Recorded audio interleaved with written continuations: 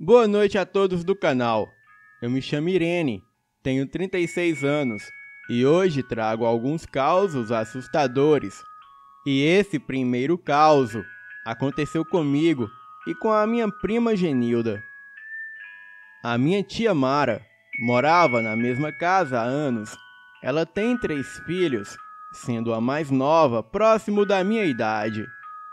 Sempre fomos bem amigas e ela sempre dormia em casa e ficávamos brincando até tarde. Mas uma vez foi muito diferente. O irmão mais velho dessa minha prima, ele ganhou o Nintendo 64 com alguns cartuchos. Aquilo era o máximo. Eu nunca tinha visto gráficos tão avançados. Eu morava em um sítio na época e resolvi pedir para minha mãe deixar eu dormir lá, na casa dessa minha prima, que era bem longe. Ela deixou de boas. Eu cheguei lá, a gente brincou o dia todo e depois arrumamos tudo para jogar no videogame à noite.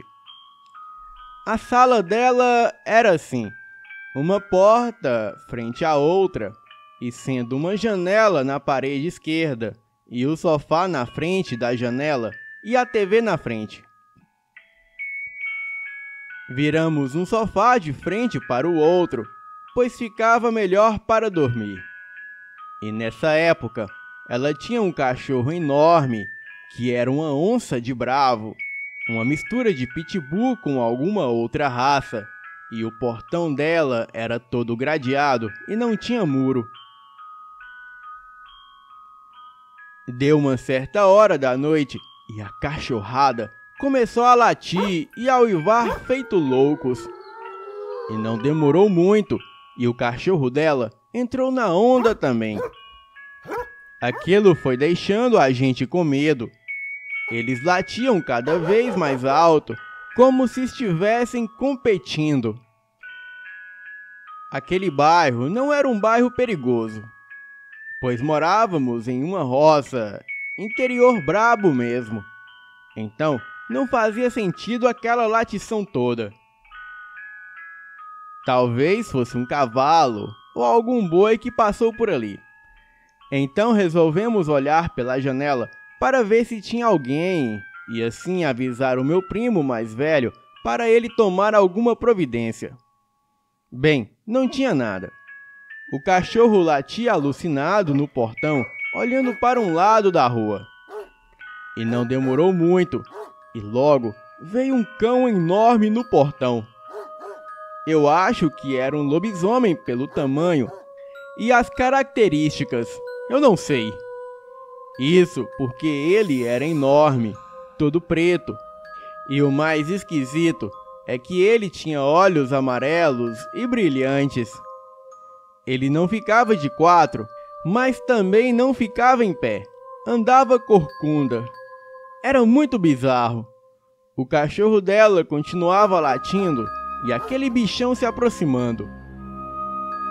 E quando ele chegou no portão, dava um pouco mais da metade da altura total. E o cachorro da minha prima virou um nada perto daquilo. Ele começou a recuar e parou de latir. Então, ele foi perto da coisa e aí recuou para o fundo do quintal, correndo e chorando, e ficou lá.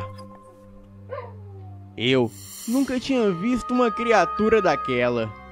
A coisa ficou parada lá e começou a encarar a janela que estávamos virada para a rua. Então a fechamos e corremos para a cama da minha tia, e aquilo foi horrível. No outro dia, o cachorro ainda estava totalmente abatido e parecia traumatizado. E nunca mais eu dormi na casa dessa tia. Esse próximo caso não ocorreu comigo, e sim com a minha tia Claudete, irmã da minha tia Mara. Bem, quando éramos crianças, eu e as minhas irmãs às vezes dormíamos na casa da tia Claudete, que era na roça e não possuía energia elétrica. Ela sempre nos contava os seus causos de aparição que ocorriam por aquelas bandas, e nós ficávamos apavoradas só de ouvi-la contar. Esse próximo caso se passou com a minha tia Claudete, e eu narrarei os fatos com as palavras da minha tia para melhor entendimento. Vou contar uma história verdadeira que aconteceu comigo após sair do trabalho. E quando me lembro, me dá arrepio em todo o meu corpo. Eu saía do trabalho por volta das 19h30 e levava mais ou menos 20 minutos do trabalho até atravessar uma ponte que passa sobre o Rio São Francisco, na cidade de Pedra de Maria da Cruz, em Minas Gerais. Em um dia muito frio e chuvoso, estava eu indo atravessar a ponte sobre o Velho Chico, quando olhei e vi que tinha um rapaz parado no meio da ponte. Não era um rapaz comum. Ele usava um sobretudo preto, uma capa vermelha, um chapéu preto e fumava charuto. Olhei para os lados e para trás e vi que não tinha ninguém para atravessar junto comigo, pois sempre tem um pessoal atravessando neste lugar. Quando vi, parei e fiquei com muito medo. Rezei e pedi a Deus que me guardasse naquele momento, pois eu senti um pressentimento muito ruim no trajeto. Então, comecei a atravessar a ponte e quando olhei para frente, eu vi uma mulher, eu indo e ela vindo empurrando um carrinho com uma criança, e estando ela na chuva e a sombrinha no carrinho da criança. Aí tomei coragem e agradeci a Deus, pois eu e ela nos encontraríamos justamente onde o rapaz estava parado. E passando pelo rapaz, olhei para ele, mas ele nem se mexeu. A mulher com a criança no carrinho estava com a cabeça baixa e também não me viu. Bem, outro fato estranho foi que quando eu olhei para o carrinho, eu percebi que não havia criança nenhuma ali. A mulher simplesmente empurrava um carrinho vazio com uma sombrinha pendurada nele. Então, andei bem depressa e dei uma virada para trás para ver se a mulher havia passado normalmente perto do rapaz, e foi quando eu levei um susto. O rapaz estava no mesmo lugar e a mulher havia desaparecido em fração de segundos. Achei tudo tão apavorante, pois quem conhece a ponte do Velho Chico sabe que ela é muito grande e leva no mínimo uns 10 minutos para atravessá-la a pé.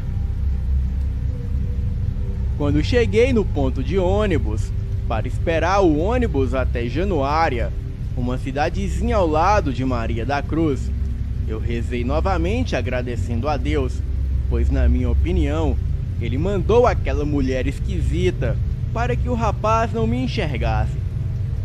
Hoje, quando lembro, ainda sinto um arrepio e me recordo muito bem desse caso. Eu continuo atravessando a mesma ponte até hoje, e quando o dia está frio e chuvoso, eu me recordo nitidamente do que aconteceu naquele dia, mas hoje eu não tenho mais medo. Porém, o Rio São Francisco é cheio de lendas e mistérios, e muitos afirmam que ali é a morada de uma criatura chamada Caboclo d'Água. Bem, esse próximo caso aconteceu com o avô da minha tia Claudete em meados da década de 1960. Nessa época, ele morava em um sítio no Brejo do Amparo, em Minas Gerais, bem na divisa com Januária.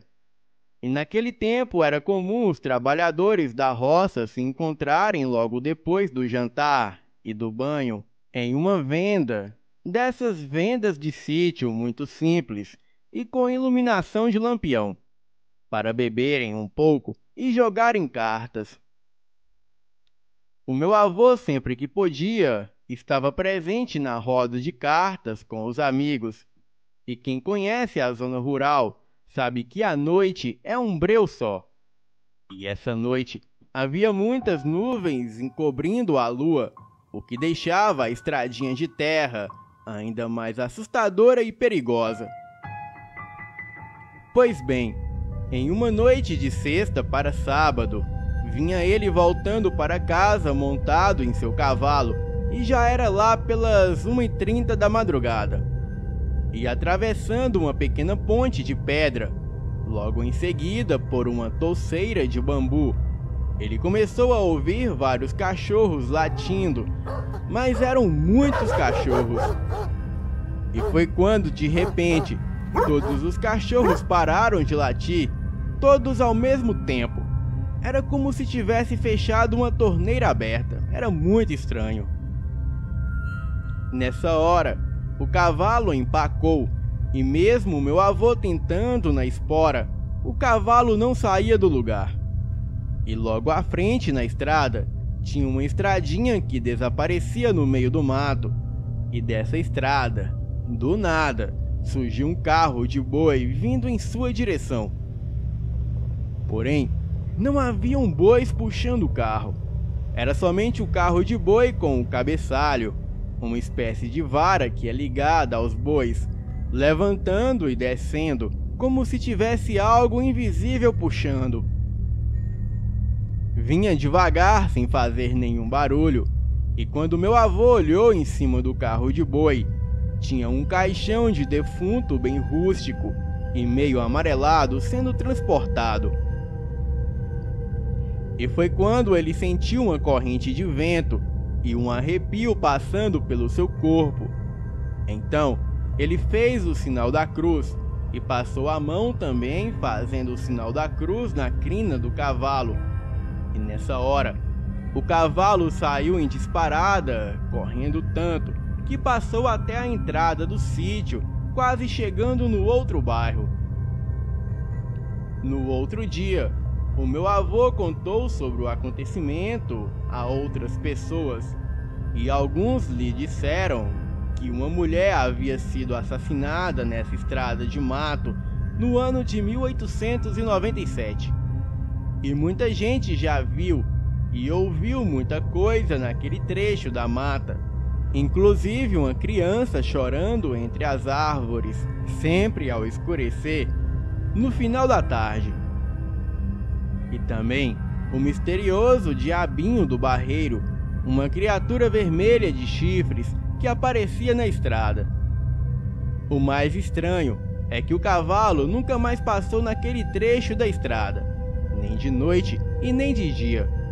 E quando meu avô tinha que passar por lá, ele tinha que usar outro cavalo ou ir a pé.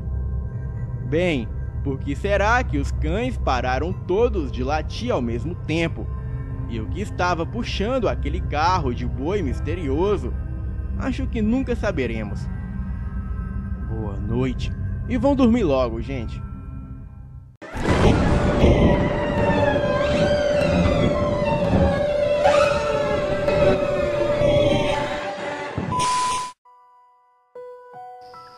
Essa história se passou quando eu tinha 8 anos.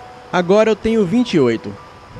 Isso aconteceu na cidade onde eu nasci, Sarandi, no Rio Grande do Sul. A casa onde morávamos sempre pareceu estranha. O terreno parecia ser quase estéril.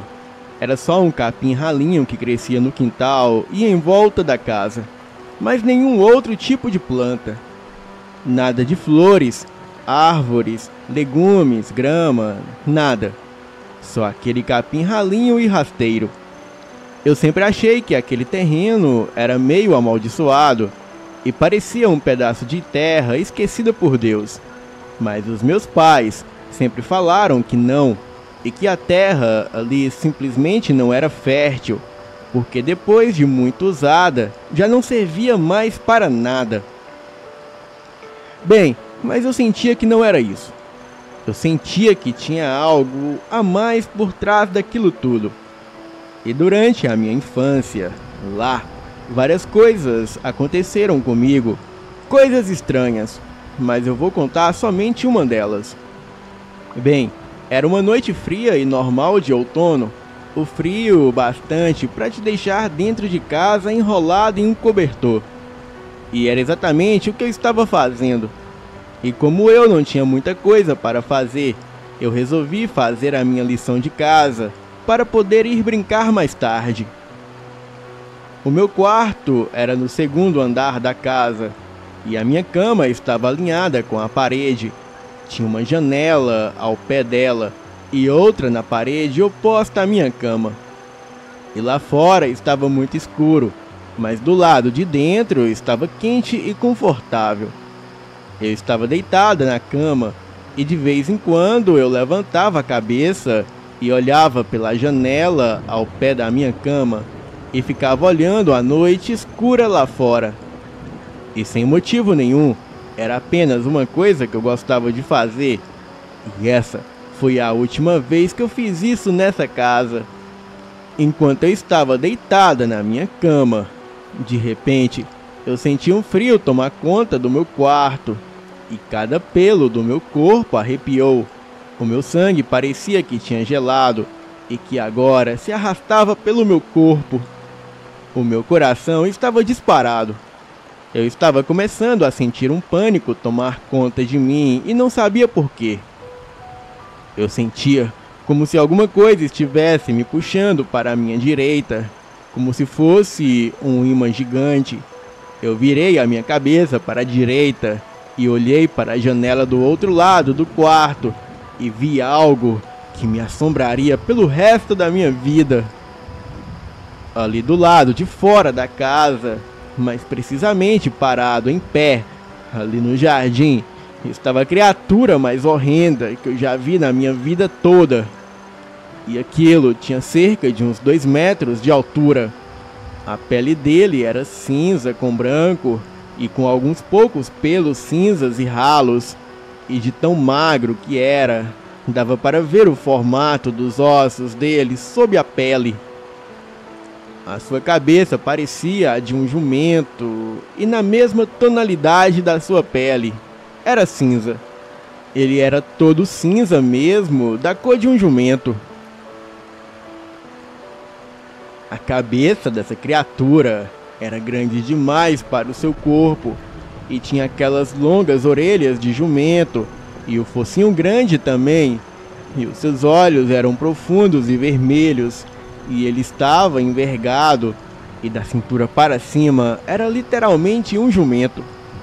Mas da cintura para baixo era exatamente um homem. Os seus olhos pareciam enxergar a minha alma. Ele abriu a boca e começou a relinchar assim que me viu. E esse relincho parecia ser um som vindo do inferno.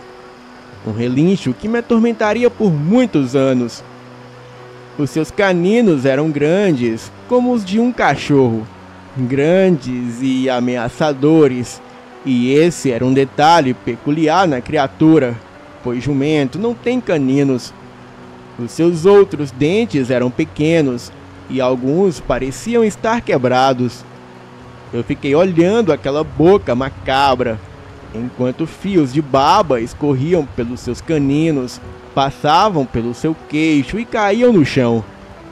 Ele então levantou a mão na minha direção, e a sua mão tinha casco no lugar de dedos, e um pedaço de casco parecia ter sido arrancado, e alguma substância escura estava escorrendo pelos seus cascos, uma gosma preta, e eu queria gritar, eu queria correr, mas eu estava presa no lugar, presa por aqueles olhos vermelhos. Eu não conseguia mais respirar. Eu sentia como se a minha cabeça estivesse sendo esmagada e a minha alma estivesse sendo rasgada. O sorriso dele aumentou e ele abriu mais a boca e ele continuou olhando para mim, relinchando, como se ele me conhecesse, como se ele estivesse esperando por mim. Então, ele levantou a sua outra mão ou pata na minha direção e parecia que em poucos segundos ele estaria dentro do meu quarto comigo e não lá fora me olhando. Todos os traços de razão sumiram e a minha mente acordou. Eu ainda não sei como eu fiz isso, mas eu consegui me desfazer daquele transe, do olhar dele, e pular da cama e sair correndo pela porta do meu quarto, gritando com cada centímetro da minha garganta. Eu podia sentir ele me atraindo, podia sentir aqueles olhos penetrantes me olhando por trás, enquanto eu corria do corredor até o quarto da minha mãe. É claro que quando ela, o meu padrasto e o meu irmão mais novo voltaram, aquela coisa não estava mais lá fora. Mas eles sabiam que eu tinha visto alguma coisa. E não tentaram me convencer de que era apenas a minha imaginação. Eles me acalmaram e trancaram as janelas do meu quarto, fecharam as persianas e as cortinas. E eu não consegui dormir lá naquele quarto por mais de um ano. E toda a minha família, mãe, padrasto, irmão e a minha irmã ouviram o que eu falei que tinha acontecido. O meu irmão até hoje lembra quando entrou no quarto com os meus pais. E a criatura jumento era uma história que nós não contávamos muito, pois sempre trazia medo a todos nós quando alguém falava dela. Os meus pais nunca falaram disso com ninguém. Enquanto eu crescia, eu tentei enfrentar o meu medo de dormir naquele quarto, mas eu nunca mais dormi com as costas viradas para a janela. Nunca mais. 18 anos depois, eu me mudei para Porto Alegre com a minha própria família e finalmente eu encontrei paz. Mas eu nunca vou esquecer aquela criatura e eu nunca durmo ou sento com as costas viradas para uma janela. Eu nunca esquecerei uma coisa que eu ouvi, aquela coisa dizer dentro da minha cabeça enquanto eu corria para fora do meu quarto naquela noite fria de outono. Ele dizia que algum dia ele iria voltar.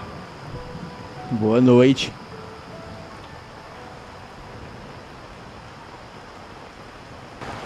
Boa noite. Este fato quem conta é o meu avô. Essa história se passou com ele quando ele tinha por volta de 25 anos. Ele morava na cidade de São Tomé das Letras, um município de Minas Gerais. Na época, o meu avô era policial e hoje ele já é aposentado. Ele estava de férias da polícia e resolveu passar as férias na casa dos seus avós, em um sítio lá em São Tomé das Letras. E como a cidade é turística, ele aproveitou bastante para sair e se divertir com os amigos. E em um desses passeios, ele conheceu uma moça muito linda, que ele logo se apaixonou. O meu avô era desse tipo, se apaixonava pelo primeiro rabo de saia que aparecia em sua frente. Essa moça se chamava Jussara. Ela e o meu avô começaram a se encontrar frequentemente e já estavam namorando. O meu avô até cogitava a ideia de se mudar para aquele município por causa daquela moça. Jussara e o meu avô se encontravam todas as noites para namorar e foi assim durante 2 semanas. O meu avô a questionava do porquê ela nunca o levar em sua casa para ele conhecer os seus pais. Ela sempre falava que tinha medo do seu pai não aprovar o seu namoro. Então, um certo dia, o meu avô estava com a Jussara no sítio dos seus avós. E por volta das 20 horas, a Jussara disse que precisava ir embora. O meu avô ofereceu a ela uma carona a cavalo, mas ela disse que não. Ela disse que preferia ir andando, para não causar problemas com seu pai. Bem, o meu avô já estava intrigado com isso tudo, pois sempre que ele oferecia companhia, a Jussara recusava. Então, ele deixou que ela fosse embora sozinha. E assim que a Jussara saiu, o meu avô foi a seguindo pelas estradas escuras para saber aonde aquela moça morava, pois toda essa história já estava muito estranha. Ele imaginava que a casa dela fosse ali por perto, pois ela sempre ia e voltava a pé para o sítio dos avós do meu avô.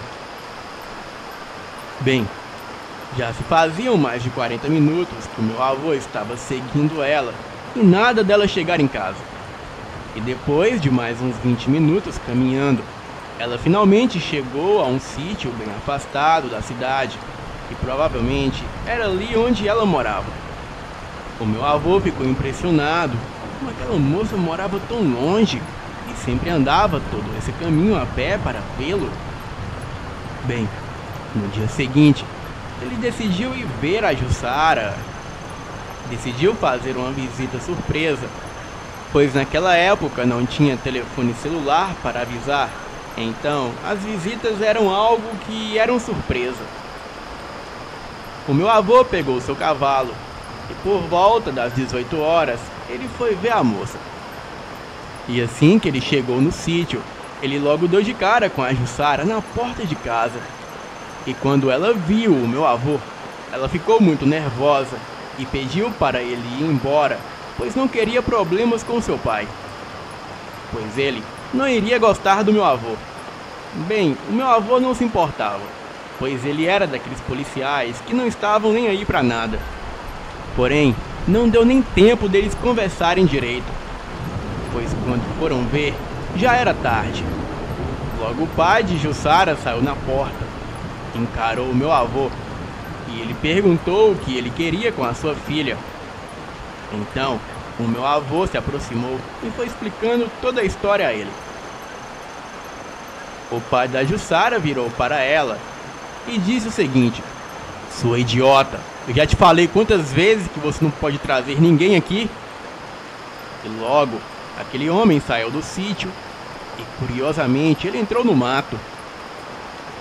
O meu avô, como era daqueles policiais raiz, ele não tinha medo de ameaças e de ninguém.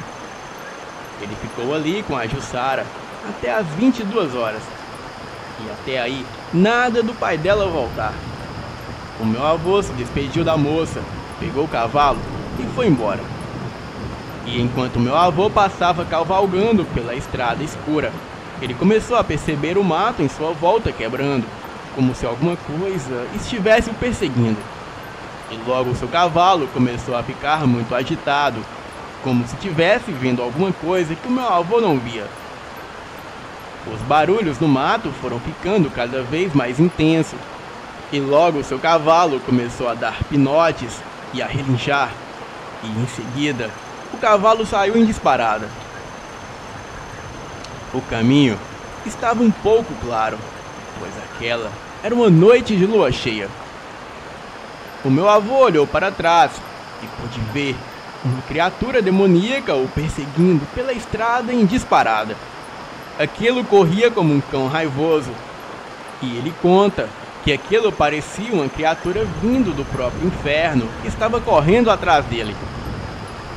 A coisa era bem monstruosa, e assim que ele a viu, ele logo soube que era um lobisomem com toda certeza. Bem, ele não precisou açoitar o cavalo para correr, pois o cavalo já estava dando o seu máximo na corrida. Ele sacou a sua arma e toda vez que a criatura se aproximava do cavalo, o meu avô atirava. Porém, aquela coisa era muito rápida e o meu avô não conseguiu acertar sequer um tiro, pois toda vez que ele atirava, o cavalo corria mais rápido, a criatura recuava. Porém, logo em seguida aquilo saía do mato e continuava a perseguir o meu avô. E foi assim por cerca de uns 10 minutos, até o meu avô chegar no sítio. Ele precisava descer do cavalo para abrir a porteira do sítio, que tinha aproximadamente 1,30 m de altura. Ele viu que não tinha como ele descer do cavalo com aquela coisa o perseguindo, então ele fez algo inusitado. Ele açoitou o cavalo com as rédeas para o cavalo pular a porteira. A porteira era muito alta, e se o cavalo não fizesse um salto perfeito, provavelmente ele cairia do outro lado, esmagando meu avô. Mas surpreendentemente, o cavalo conseguiu saltar a porteira. Mas assim que o cavalo alcançou o chão, o meu avô se desequilibrou, caiu e o cavalo deu no pé. A criatura também pulou a porteira e foi para cima do meu avô e, em seguida, começou a atacá-lo ferozmente. O meu avô, mesmo caído no chão, ele sacou seu revólver, que ainda tinha 2 balas, e acertou 2 tiros em cheio no abdômen da criatura. E ficou ali com a arma apontada para o lobisomem.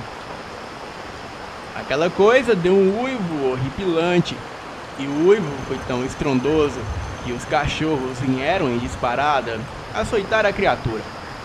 Bem, o meu avô já estava sem fôlego, e a última coisa que ele viu foi a criatura pulando a porteira e se adentrando no mato.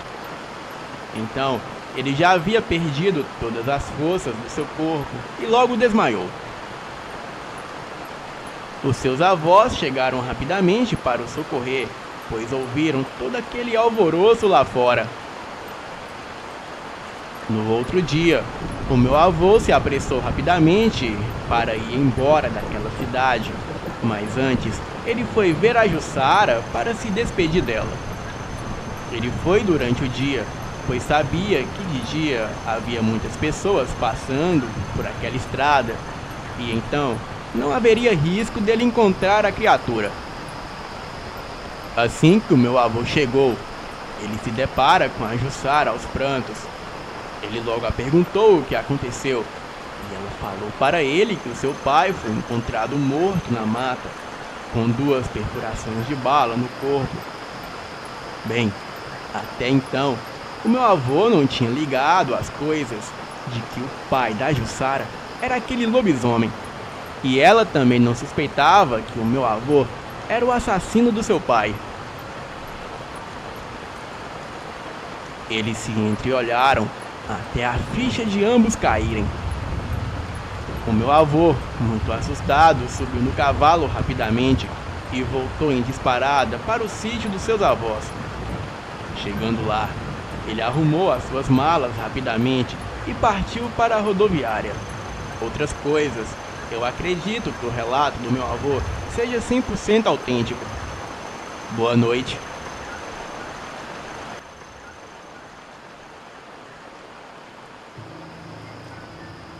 O meu avô, quando era moço e morava na cidade de Lorena, São Paulo, naquele tempo ele e tantos outros homens trabalhavam na fábrica de pólvora Getúlio Vargas. E por falta de recurso e infraestrutura, não havia ônibus para transportar os funcionários. Então, os que ganhavam bem iam ao trabalho de trem, pois nos anos 70 a malha ferroviária no país era outra, bem mais ativa do que nos dias de hoje. E aqueles que não tinham recursos financeiros, como era o caso da esmagadora maioria dos funcionários da fábrica, eles iam de bicicleta os 30 quilômetros que separava Lorena até onde ficava a tal fábrica. E como a segurança naqueles tempos era bem melhor do que hoje, o meu avô, ao encerrar o seu turno por volta das 5 da tarde, juntamente com 3 ou 4 amigos, pegavam as suas bicicletas e voltavam para casa. E em uma determinada dita estrada, quando estavam todos retornando para casa, em torno de 7 da noite, e quase chegando na avenida que dava acesso à entrada da cidade de Lorena, eles viram um animal que creio que era um tatu parado na beira da estrada. O tatu estava imóvel, olhando para eles. E como as pessoas daquele tempo não tinham escrúpulos, coisa que o meu avô se arrependeu amargamente ao final da sua vida, pois mesmo que a caça fosse liberada no país, o meu avô dizia que caçar é coisa de gente sem coração e atrasada. E apesar de estranhar que o bicho não fugia, eles encostaram as bicicletas na guia da estrada e correram para tentar caçar o tal tatu. Então, a coisa que era estranha ficou mais esquisita, pois eles tacaram um porrete na cabeça do animal, pedras, e o bicho não soltava nenhum gemido e nem corria. Apenas parecia que sumia do local e aparecia em outro. Eles ficaram fazendo isso por um tempo, até que estranhamente o meu avô depois percebeu que ele e os seus amigos estavam em um breu total, mas estranhamente ainda enxergavam o bicho. Eles entraram no meio do mato para tentar caçar o animal, até que alguém percebeu que aquilo não era algo normal. O estranho é que eles se viram em um local escuro onde não havia nada. Não tinha mato, pedras, lua, estrela, não havia nada. O meu avô conta que era desesperador e apenas de vez em quando surgia aquele tatu imóvel e desaparecia para em seguida aparecer em outro local. E foi assim a noite toda. Eles tentaram encontrar a estrada, as bicicletas, ouvir outras pessoas passando na estrada ou faróis de algum veículo, mas não havia nada. Era um silêncio completo e o tal do tatu dos infernos aparecendo e sumindo ao redor deles. Eles se cansaram de tentar achar uma trilha ou ir para algum lugar que fosse, pois parecia que andavam em círculos presos no escuro e no silêncio. E ficaram nessa situação até que começou a amanhecer. E quando surgiram os primeiros raios da alvorada, eles viram que o tal tatu não apareceu mais. E perceberam que estavam todo o tempo na estrada, ao lado de suas bicicletas. E como já havia amanhecido e eles tinham que trabalhar, eles tiveram que voltar para o trabalho de onde estavam sem dormir.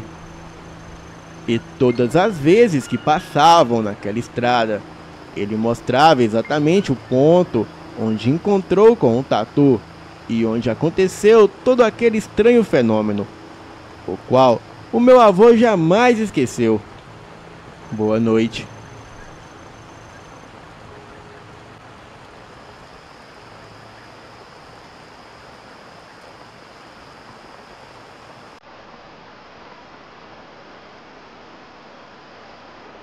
Soube do ressurgimento da fera na Bahia. Na mesma hora, emergiu na memória uma lembrança que parecia besteira de guri. A memória turva envolvia um lobisomem que tentara invadir a casa da minha avó. E quando a galera morava na roça de Santa Bárbara, região de Feira de Santana, bem, era o meu pai que contava essa história sempre que tinha oportunidade. Porém, não era só uma história, mas quase que uma herança. O conto do lobisomem que quase matou meu pai. E ele sempre contava isso do mesmo jeito. E de tanto ele repetir, eu até aprendi. E eu vou contar para vocês da maneira que o meu finado pai contava. Bem, ele contava o seguinte: morávamos nessa mesma casa que temos em Santa Bárbara. No meu tempo, era uma cidade diferente, com menos casas e pessoas, e com muitas áreas de mata desacampada. E também havia muitos terrenos baldios. Era uma noite de sexta-feira 13. A lua estava cheia e brilhante no céu, e o clima estava quente, como de costume na região. Eram mais ou menos 10 horas da noite. A minha esposa Amélia ouviu uma pessoa arranhando a porta da sala, fazendo uns barulhos estranhos, como se urrasse como um cachorro. Ela estava com o menino, mole e recém-nascido. Amélia bateu forte na porta e o dito cujo correu. Na frente da casa tinha uma pedra bem grande. Amélia viu que aquela coisa correu e ficou lá, sentado na pedra, aquele corpão comprido de uma pessoa, e parecia ter muitos pelos no corpo. Nessa hora, ela começou a gritar por mim, que estava na cozinha fumando um cigarro de palha.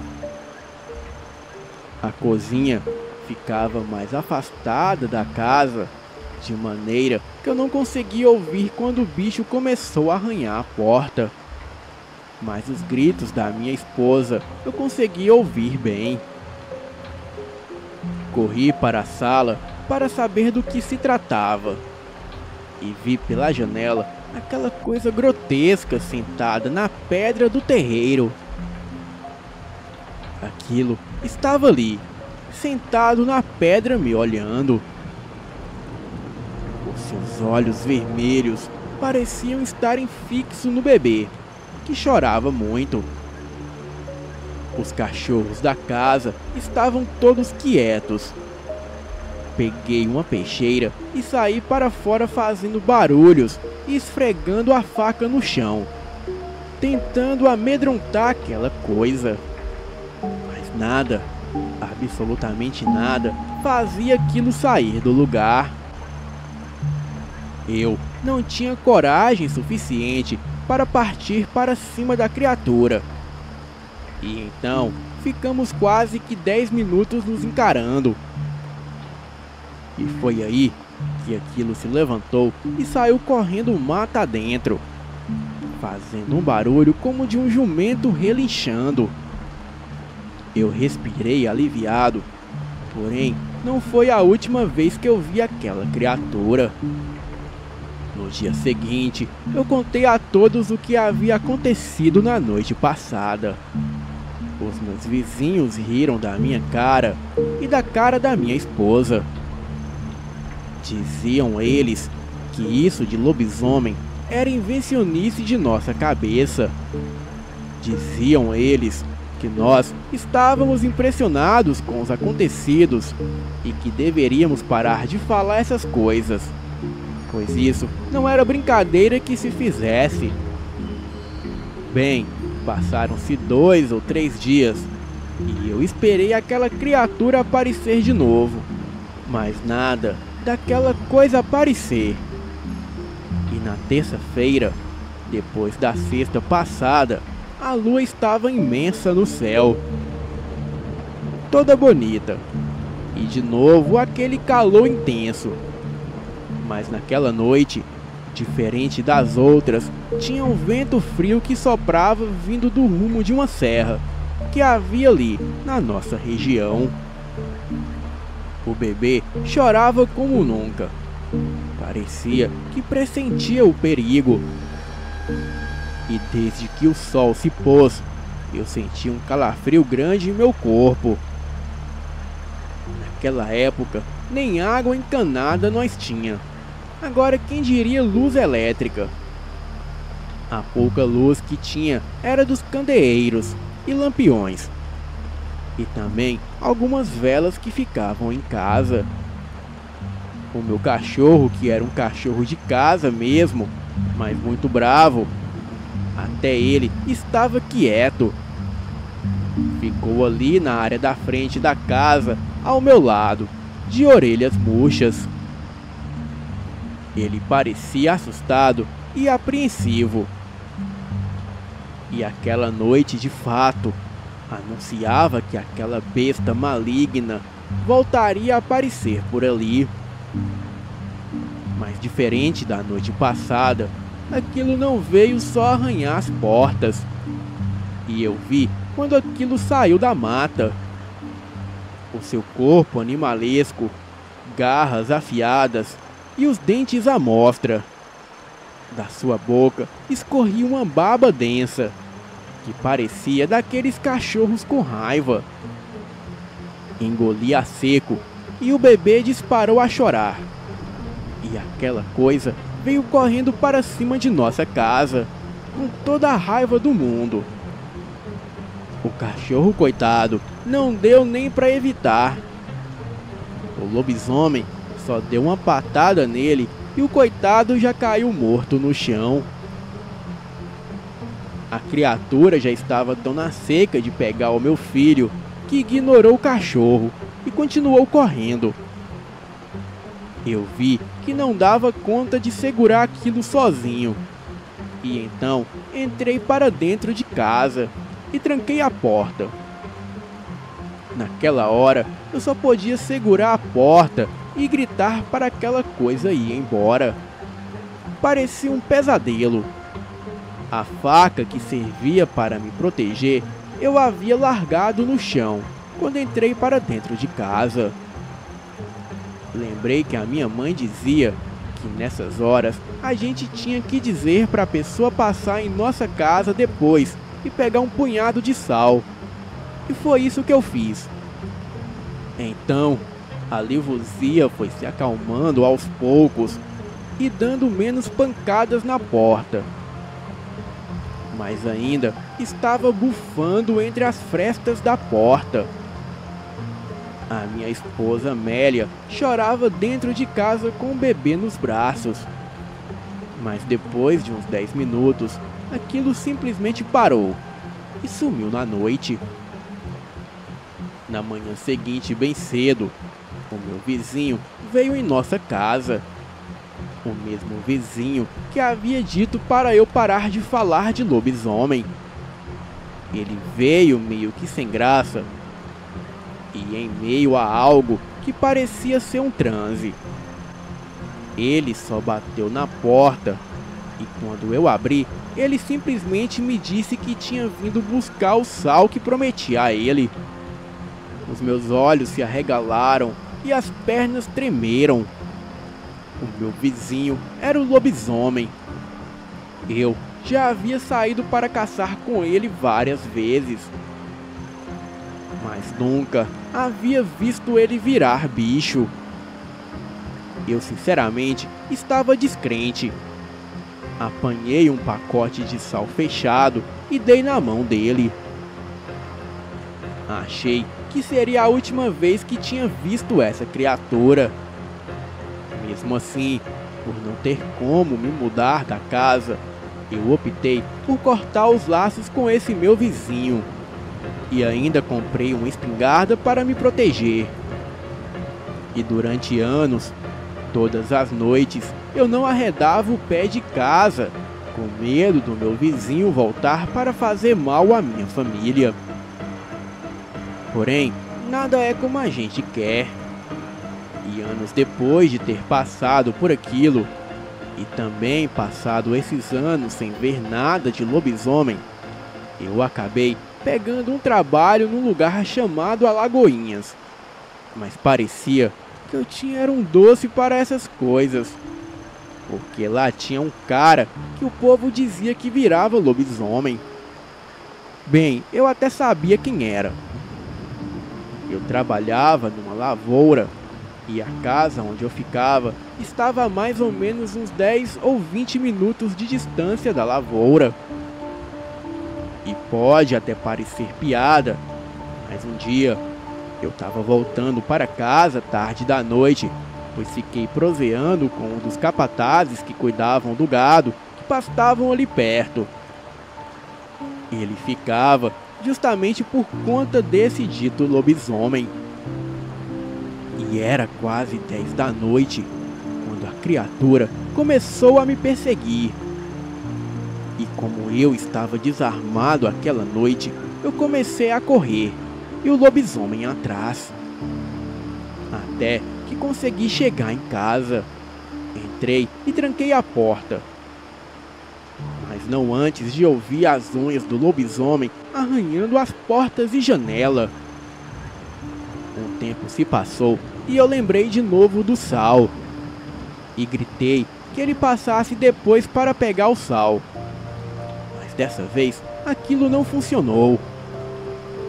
E parece que os meus gritos só pioraram as coisas. Aquela besta começou a arranhar e a bater naquela porta que parecia que ia para o chão a qualquer momento. E diferente da outra vez, agora era só eu e a criatura.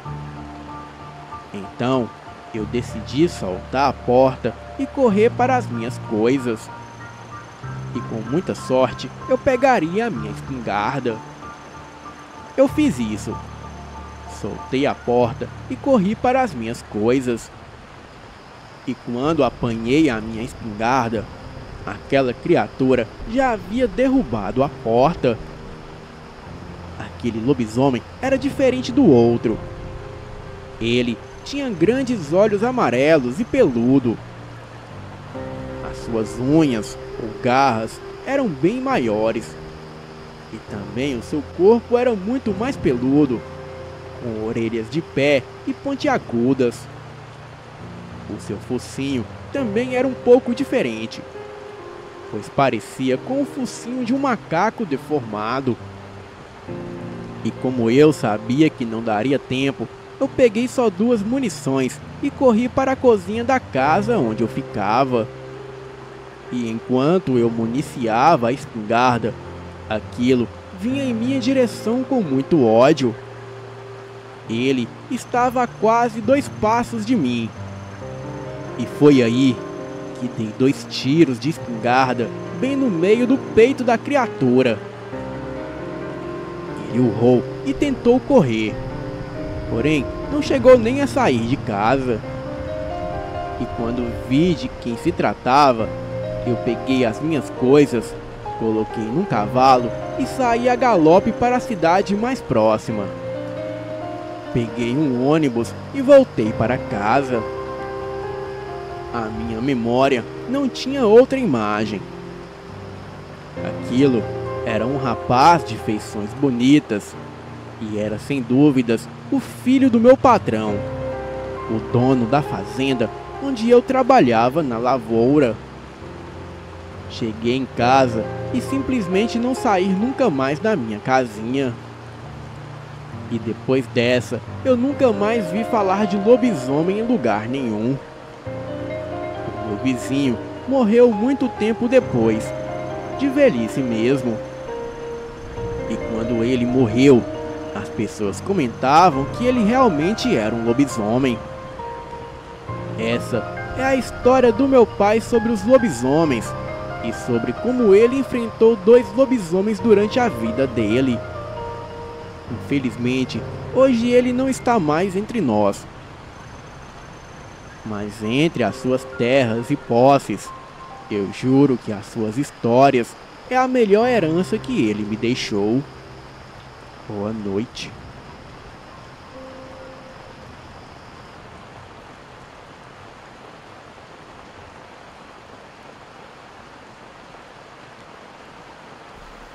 Na época desse fato, em 2014, eu tinha apenas 13 anos. E diferente de outros garotos que gostavam de jogar bola, ir a festas ou passar o dia atrás de garotas, o meu hobby era outro. Eu amava viajar com o meu pai, pois ele trabalhava para uma grande empresa transportando carga por todos os cantos do Brasil. O meu avô era caminhoneiro aposentado e ele me contava histórias de visagens nas estradas, como de mula sem cabeça correndo e acompanhando o caminhão, de lobisomem que subia no caminhão para roubar a carga quando o alimento era transportado, e até mesmo mulheres lindas à porta de cemitérios pedindo carona. Ele não parava o caminhão, pois poderia até mesmo ser assalto, mas do nada ele sentia um frio de gelar a espinha, e quando olhava para o retrovisor, ele via aquela mulher no banco de trás. Mas de repente ela logo sumia, assim como apareceu. E o ponto que ela desaparecia era sempre onde havia uma cruz na estrada. Já o meu pai, ele nunca viu nada disso. E segundo ele, os monstros eram as próprias pessoas, e não seres de outro mundo que sequer existem.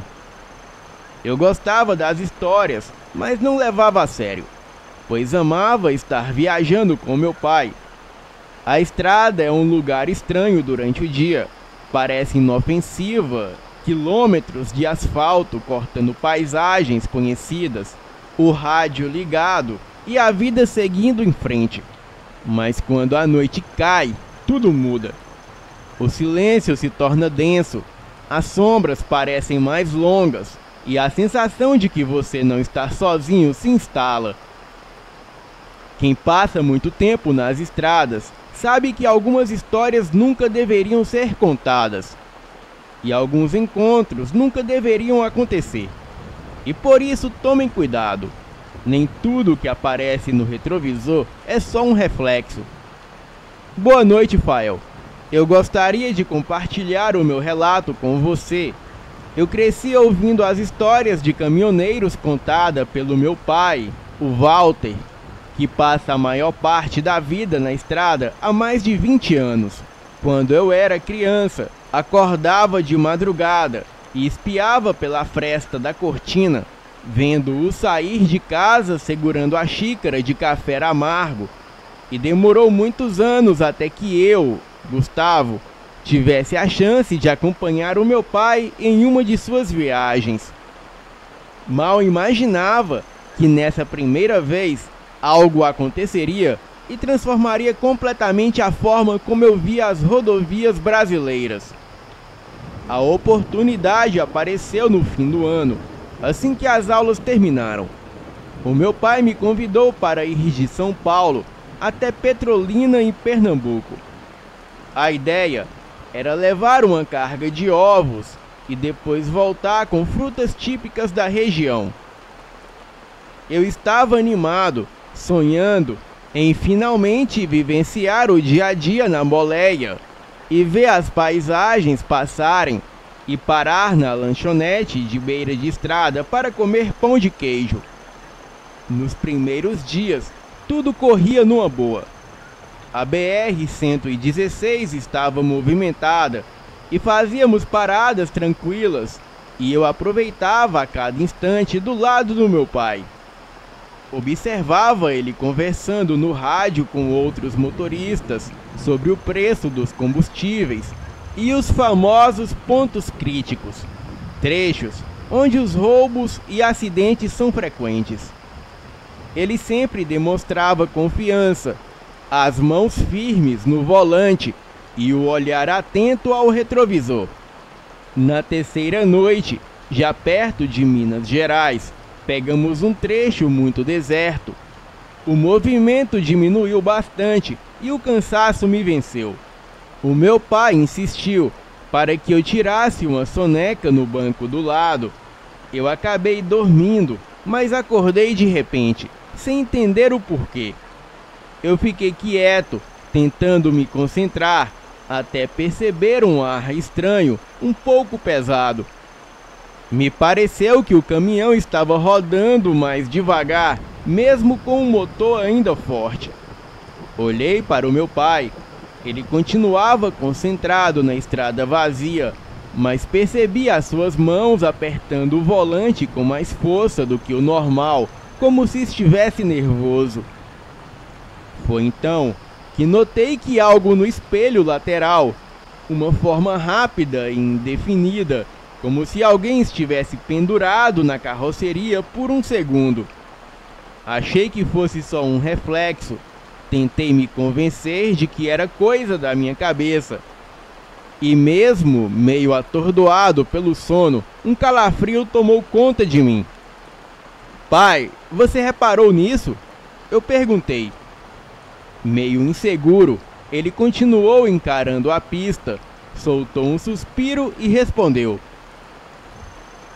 Eu vi sim, mas fica calmo, filho. Pode ser reflexo ou alguma sombra. Logo decidimos parar em um posto. Eu notei que a sua voz tremeu levemente, o que não era comum. E quase uma hora se passou até vemos a placa de um posto de combustível. O lugar era simples, 2 bombas, uma conveniência modesta e um grande pátio de terra batida, com alguns caminhões estacionados. Um cachorro magro de pelo escuro e muito grande, ele rondava perto da área de lavagem. E assim que paramos, um rapaz chamado Rony, ele não parecia ter nem 18 anos, e ele veio falar com a gente. Ele cumprimentou o meu pai, mas ficou olhando fixo, como se percebesse algo de errado de cara. E antes de descermos, o cachorro começou a latir do nada, no jeito desesperado. No início, eu achei que fosse só mania de cachorro de posto, mas Rony empalideceu e disse: "É melhor vocês não ficarem muito tempo por aqui."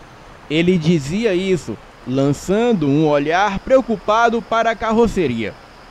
O meu pai perguntou: "O que houve, meu amigo?" Perguntou, tentando manter a calma. O rapaz engoliu em seco e disse: Só sigam em frente, senhor. Se vocês pararem, pode ficar pior." Ele parecia genuinamente assustado. O cachorro nessa hora já corria para o outro lado, com o rabo abaixado. Eu senti um arrepio e agarrei o encosto do banco. Eu notei que o meu pai encarou o painel de combustível antes de tomar a decisão. Ele fechou a cara, conferiu se tinha diesel o suficiente para chegar até a próxima cidade e ligou o motor novamente. "A gente ainda tem combustível para rodar mais um bom trecho, filho. Não vou arriscar ficar por aqui." E depois de ouvir isso, um calafrio me subiu a espinha. O resto da noite passou em silêncio. Eu tentava cochilar, mas cada barulho do caminhão me fazia pular. Eu não conseguia me livrar da sensação de que algo estava ali acompanhando a gente. E em certo momento, eu espiei novamente pelo retrovisor, mas tudo que vi foi a escuridão total. Talvez fosse ainda pior não ver nada. Eu percebi o meu pai respirando pesado e limpando o suor da testa de vez em quando, algo que me deixou ainda mais apreensivo. Chegamos a um galpão nos arredores de Petrolina, e nas primeiras horas da manhã o sol começava a surgir, iluminando o pátio de descarregamento. E assim que descemos, o meu pai foi direto para a traseira do caminhão. Eu fui atrás com o coração apertado, torcendo para tudo ter sido só coisa da minha cabeça. Mas demos de cara com marcas escuras na lateral, como se fosse fuligem ou cinzas. Parecia impressão de mãos, de dedos, espalhadas por uma camada fina de pó e um tufo de pelos negros. Aquilo me deu um nó na garganta. Ficamos parados ali sem falar nada, até o pessoal do depósito aparecer para receber a carga. Um dos funcionários, ao ver o meu pai agachado, perto das marcas no caminhão, ele perguntou: "Aconteceu algum problema na estrada?" Ele apontou para a fuligem e disse: "Eu já vi coisas parecidas em outros caminhões. Dizem que é lobisomem." "Com certeza, ele sentiu o cheiro da granja que você transportava, mas como não viu nenhuma oportunidade de invadir o caminhão, ele resolveu não atacar. Mas cuidado, pois você vai voltar com alimentos no caminhão, e essa coisa pode voltar, ainda mais que hoje é noite de lua cheia." O meu pai olhou para o rapaz e disse numa voz abafada: "Olha aqui, cara, podemos só descarregar o caminhão?" O rapaz deu de ombros e disse: "Eu vou chamar o pessoal para ajudar."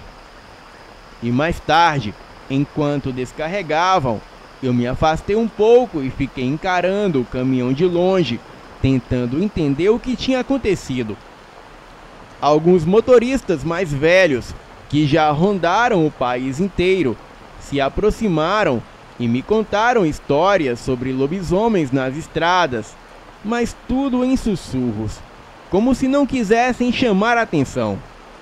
Aquilo só tornava tudo mais real e assustador, e depois daquela noite, eu nunca mais consegui deitar no banco do passageiro de um caminhão sem lembrar do vulto no espelho ou da impressão de que alguma coisa ia junto com a gente. E apesar de tudo, o meu pai continuou firme no ofício. E eu, bom, Até hoje, quando ouço o ronco do motor a diesel na escuridão, eu sinto aquele arrepio voltando, como se a estrada ainda me devesse uma explicação.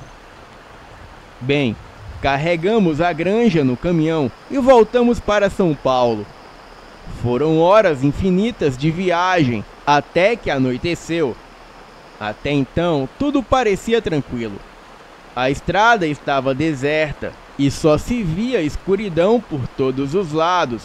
E foi aí que o meu pai falou que precisava parar o caminhão, pois precisava fazer o número 1.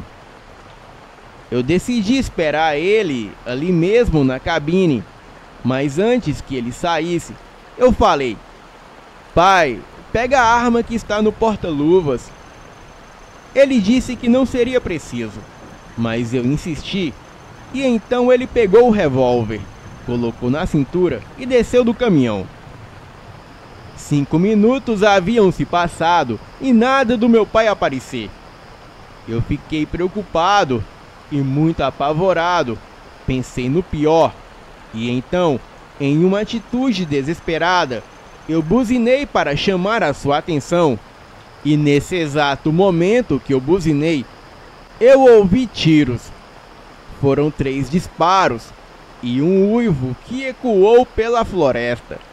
Eu fiquei com muito medo e tranquei a porta. E em seguida meu pai aparece com uma cara de horror. Eu abri a porta e ele acelerou o caminhão e não disse uma palavra. O meu pai estava ferido. Havia um corte profundo em seu braço, como se um animal o tivesse atacado com longas garras.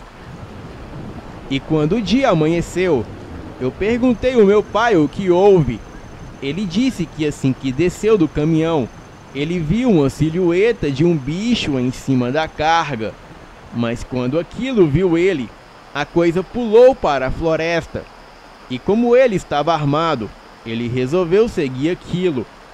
Então, em um certo ponto da mata, onde só havia escuridão devido às árvores que bloqueavam a luz da lua, ele decidiu voltar. Mas foi aí que ele me ouviu chamar para dentro da mata. Ele achou muito estranho. Então me chamou de volta, mas a voz só se aprofundava mata adentro, e ele foi seguindo a minha voz cada vez mais rápido, até que ele parou de escutar a minha voz e só ouvia o mato se mexer ao seu redor, mas não via nada. Então algo saiu do mato em uma velocidade impressionante e desferiu-lhe um golpe no braço, e só depois ele percebeu que era um corte profundo feito por garras afiadas como navalha. Ele não podia correr e nem gritar, pois sabia que a coisa estava à espreita para atacar novamente. Então ele ficou apontando a arma sem sucesso para o que quer que fosse aquilo. Ele não conseguia ver nada, até que de repente ele ouviu a buzina do caminhão e aquela coisa urrou devido ao som da buzina. Então meu pai atirou 3 vezes na direção do barulho e teve certeza que acertou aquela criatura. E pelo barulho da buzina, ele soube onde estava a estrada e seguiu na direção certa até chegar no caminhão. E graças a mim, por ter buzinado, ele saiu vivo daquela armadilha. Bem, eu adoraria dizer que essa foi uma história com um final feliz, onde poderia ser contada na roda de fogueira, onde sempre íamos para a roça. Mas não foi bem assim. O meu pai não quis tratar o ferimento, e aquilo parece que o transformou. Ele passou a ter comportamentos estranhos, como comer carne crua, se irritava com facilidade. Ele largou o emprego e foi morar em nosso sítio no interior. Eu sinto dizer que quando a minha mãe e eu fomos para o sítio, pois havia semanas que não tínhamos notícias do meu pai, assim que chegamos, encontramos uma verdadeira cena de terror. Os animais estavam todos mortos, as galinhas, porcos, cabras e até mesmo os cães do meu pai, todos estavam destroçados.